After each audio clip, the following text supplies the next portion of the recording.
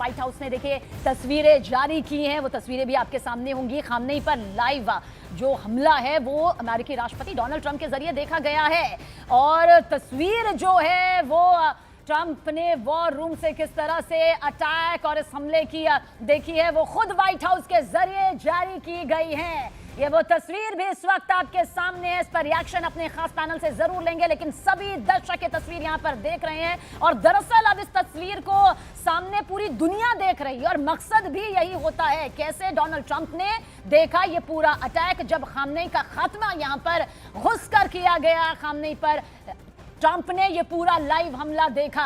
हालांकि खामनेई की सिक्योरिटी को लेकर जो तमाम रिपोर्ट्स अब तक सामने आई है उस सबको धत्ता बताते हुए किस तरह से खामनेई को मौत के घाट उतारा गया, किस तरह से खामनेई का खात्मा यहां पर जड़ से कर दिया गया जिसे पहले स्वीकार नहीं किया गया। उसके बाद ईरानी मीडिया ने कहा कि हाँ खामनेई शहीद यहां पर हो गए हैं।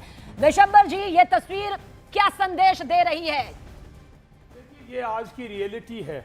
जो लीडरशिप है वो सारी एक पेज पे, कहते हैं ना सेंसर, शूटर और डिसीजन मेकर सब एक पेज पे है। तो उनकी पॉलिटिकल लीडरशिप जो है अमेरिका की वो भी इसको पूरी तरह मॉनिटर कर रही थी और मिनट टू मिनट इंफॉर्मेशन थी उनके पास। तो ये जो सरप्राइज दिया, ये नेगोशिएशन के दौरान आपने कहीं ना कहीं कंप्रोमाइज किया ना, ईरानियन लीडरशिप ने किसी ना किसी ने कंप्रोमाइज किया होगा और ल्योर किया होगा। जहां खुमैनी इतने ओपन में, मतलब प्रेसिडेंट हाउस में अगर अगर उन पे हमला हुआ है तो वो इतनी अपने आप को इतना इजी टारगेट बना दिया। इसका मतलब वो कहीं न कहीं ये विश्वास कर बैठे थे कि ये नेगोशिएशन शायद कुछ फल दे। और एक चीज और देखनी पड़ेगी, वेल प्लान था ईरान ने कि दुबई को उलझाओ, बिकॉज जब तक पब्लिक प्रेशर नहीं बनेगा, जब तक दुबई जैसी जगह जहां multi ethnic multi national population है, एक वो है, सॉफ्ट टारगेट है, तो ईरान भी सॉफ्ट टारगेट्स पे आज फायर करेगा। जो प्रेसिडेंट ट्रंप कह रहे हैं इतना बड़ा हमला होगा, वो तो कर रहे हैं, उनके पास पावर है, सुपीरियर पावर है, इसमें कोई शक की बात नहीं है।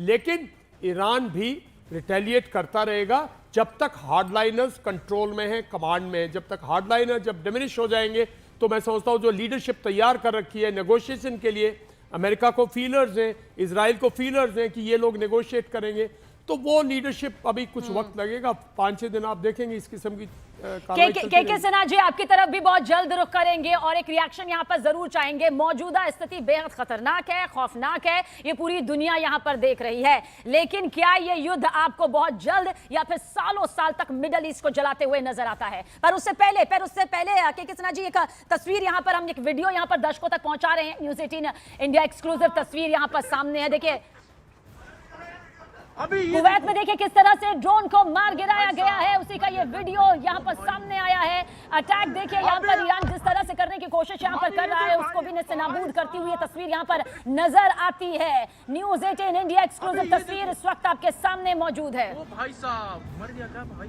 वो भाई अभी यार भाई, अभी ये देख भाई साहब। और देखिए एक एक वीडियो, एक एक खबर वॉर जोन से जुड़ी हुई आपके सामने है और डिफेंस का सबसे बड़ा पैनल इस वक्त न्यूज़ 18 इंडिया पर मौजूद है। ये वो चेहरे हैं जिन्होंने युद्ध को करीब से देखा है, ये वो चेहरे हैं जो कि डिफेंस के सबसे बड़े चेहरे हैं, जो आज बता रहे हैं कि ईरान पर जो हमला हुआ है, ईरान जिस तरह से हमला कर रहा है, अब पूरी दुनिया का ये पूरा भविष्य कहां नजर आता है। हमारे साथ retired major general Vishambar Dayal ji मौजूद है, हमारे साथ कर्नल दानवीर सिंह जी मौजूद है, के सिन्हा जी हमारे साथ मौजूद है, प्रभु दयाल जी हमारे साथ मौजूद है, आप पूर्व राजनयिक हैं और साथ ही 10 साल से मिडल ईस्ट में रहे हैं। हमारे साथ जीडी बख्शी साहब मौजूद हैं, आप जाना माना नाम है, बड़े चेहरे हमारे साथ मौजूद हैं। और ईरान, इजराइल, अमेरिका किस तरह से ये भिड़ती हुई तस्वीर नजर आती है, उस पर चर्चा करने के लिए एक बार फिर से आप सभी का बहुत बहुत स्वागत है। लेकिन अब के सिन्हा जी जल्द रिएक्शन आपसे यहां पर लेते हैं। अभी लड़ाई या फिर बाद में सालों की ये वो लड़ाई नजर आ रही है जो मिडल ईस्ट को सबसे ज्यादा दहशत में रखेगी? जय हिंद। देखिए, जो लड़ाई का आपने एक ये देखा है फेज़ यस्टरडे, जो कि सबसे बड़ा ऑपरेशन शील्ड ऑफ जूडा है। 200 एयरक्राफ्ट जो आए हैं, सबसे बड़ा इजराइल का ऑपरेशन हुआ है। इसको मैं देखता हूँ 2023 से 7 अक्टूबर 2023, जब ईरान ने सबसे बड़ी गलती की, जो आप टेररिज्म का लेकर के जो आपने कत्रो गारत की है, उसका एक्सटेंशन है। और इजराइल इसमें अचीव किया है मैं इसको मिलिटरली देखता हूँ। यदि आप इसको सारी चीज़ मिक्स करेंगे तो कहीं ना कहीं ऐसा लगता है ये प्रोलॉन्ग हो सकता है प्रोलॉन्ग हो, मगर बराबर हर एक फेजेस में they have got upper hand. Iran weakest positions में है आज, कितने दिन सरवाइव करेगा? चेंज ऑफ रिजीम ये नहीं कि ये कल का ही एक ऐसा है।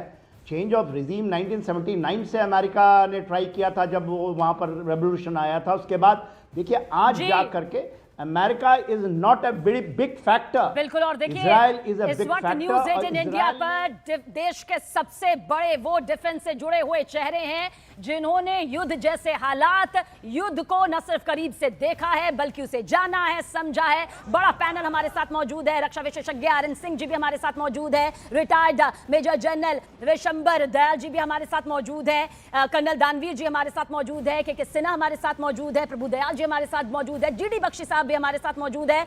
जीडी बख्शी साहब, अब आपसे जल्द ये रिएक्शन इस पर लेना चाहेंगे। हम जिस मौजूदा स्थिति का बार बार जिक्र कर रहे हैं उसमें आपको लगता है कि ईरान के वजूद पर बहुत बड़ा खतरा मंडरा चुका है, भले ही वो अभी कितने भी हमले कर ले? नहीं, खतरा तो है, लेकिन इजराइल ईरान की स्ट्रैटेजी क्या थी? हम तो डूबेंगे सनम, तुमको भी ले डूबेंगे। 3000 मिसाइल हैं उसके पास, अभी तक तो उसने कोई 200-250 ही फायर किए हैं। तो कह देना कि ईरान ख़त्म हो गया प्रीमेच्योर है। और मैं आपको बता दूं कि अगर ईरान ने खाड़ी हॉर्मुज़ में पलटवार करके एक भी अमेरिकी जहाज डुबो दिया, स्थिति में काया पलट हो जाएगी, पॉलिटिकल केओस हो जाएगा अपना अमेरिका के अंदर। मिड टर्म इलेक्शन का साल है, अगर बॉडी बैग्स पहुंच गए साहब तो स्थिति पलटते टाइम नहीं लगेगा। जी लौटेंगे सर, आपके पास लौटेंगे, लेकिन कुछ और तस्वीरें यहां पर जरूर दिखा देते हैं क्योंकि हालात कितने खतरनाक है अब इसे पूरी दुनिया यहां पर देख रही है। वो हमले यहां पर सामने आ रहे हैं जो वाकई बताने के लिए काफी है कि ये खतरे किस तरह से यहां पर सामने आएंगे। और ये तस्वीर आप देख लीजिए, तेल सप्लाई का अहम रूट ये इसलिए कहा जा रहा है क्योंकि हमलों का टारगेट यहां पर जिस तरह से सामने आ रहा है वो वैश्विक तौर पर किन किन पर असर करेगा वो भी जरूर सामने होगा। लेकिन और आप देखिए, ईरान ने हॉर्मुज़ स्ट्रेट को बंद कर दिया है। ईरान की रिवोल्यूशनरी गार्ड्स ने खाड़ी क्षेत्र में मौजूद जहाजों को हाई फ्रीक्वेंसी रेडियो संदेश यहां पर भेजे हैं जिनमें जहाजों को इस रणनीतिक समुद्री मार्ग से ना गुजरने की चेतावनी दी गई है। इस मैप को आप गौर से देख लीजिए क्योंकि यही मौजूदा वो स्थिति है जो बता रही है कि हालात किस तरह से यहां पर अब तेल के भंडार को लेकर भी सामने आएंगे और सप्लाई चेन को लेकर भी सामने आएंगे। हॉर्मुज़ स्ट्रेट ग्लोबल तेल और गैस आपूर्ति के लिए बेहद देखिए खास यहां पर माना जाता है, इसमें कोई दो राय नहीं, कोई शक नहीं। यह एक संकरा जल मार्ग है जो कि फारस की खाड़ी को ओमान की खाड़ी से और आगे अरब सागर से यहां पर जोड़ता है और माना जा रहा है कि इससे दुनिया भर में तेल महंगा हो सकता है, जिसका जिक्र अब हम आगे जरूर करेंगे क्योंकि आगे का पहलू यही है। युद्ध जब भी होता है तो युद्ध से जुड़ी वो तस्वीर यकीनन सामने आती है जो भारी नुकसान भी यहां पर देती है।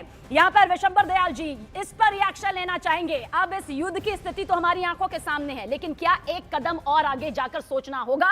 वैश्विक स्तर पर कितना बड़ा असर?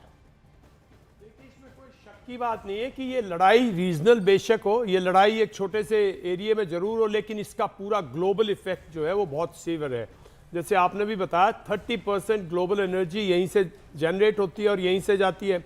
अगर आप और मेन रूट है साहब, अगर आप रेड सी को भी अगर जिस तरह से डिप्लॉयड है, आप रेड सी में नहीं जा सकते, आप एयर कंप्लीट एयर ट्रैफिकेबिलिटी ब्लॉक्ड है, तो कंप्लीट वर्ल्ड चोक्ड है ना, वेस्ट और ईस्ट चोक्ड है। ये मिडिल ईस्ट है, दैट्स व्हाई ये सेंट्रल है, वेस्ट एशिया है, ये पूरा का पूरा कनेक्टिविटी है ना। बिसाइड ऑयल एनर्जी, जो कि बिसाइड एनर्जी जिसको हम बोलते हैं क्रूड, ये वो, इसका इफेक्ट जो है वो लॉन्ग टर्म है और इसका इफेक्ट जो है वो ग्लोबल भी है। और इसमें कहीं ना कहीं अगर आप ईरान पे आज से 1 महीने बाद 2 महीने बाद उसको कंट्रोल भी कर लोगे तो ये चाइना और रशिया को भी तो क्लोजर करेगा ना, बिकॉज चाइना फिर रशिया की एनर्जी पे और डिपेंड करेगा और रशिया को भी पता है कि नेक्स्ट ये वॉर कहाँ जाएगी। अगर आप ईरान तक पहुंच गए हैं, ये ट्रंप की और ट्रंप के नहीं, ये जो अमेरिकन डीप स्टेट है इसकी बहुत लंबी सोची समझी प्लान है। ट्रंप को वापस पावर में लाना, ट्रंप के फर्स्ट फेज में टैरिफ करके दुनिया को डराना, टैरिफ के बाद फिर इंटिमिडेशन पे आ गए आप, अब ईरान पे फिजिकल अटैक करके फियर और दहशत फैला देना दुनिया में। तो कहीं ना कहीं ये न्यू कॉलोनिज्म है अमेरिका का, और वो सक्सीड हो रहे हैं इसमें। इसमें 3 पावर ब्लॉक्स बचे हुए हैं अभी। इस दुनिया के 5 पावर ब्लॉक हैं, America, European union, India, China और रशिया।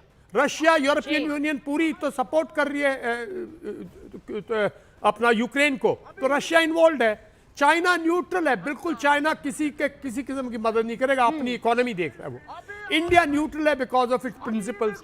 तो बच गया कौन साहब? ईरान, वो मस्ती ठीक जो है, सर, जो दिल लौटेंगे। मारा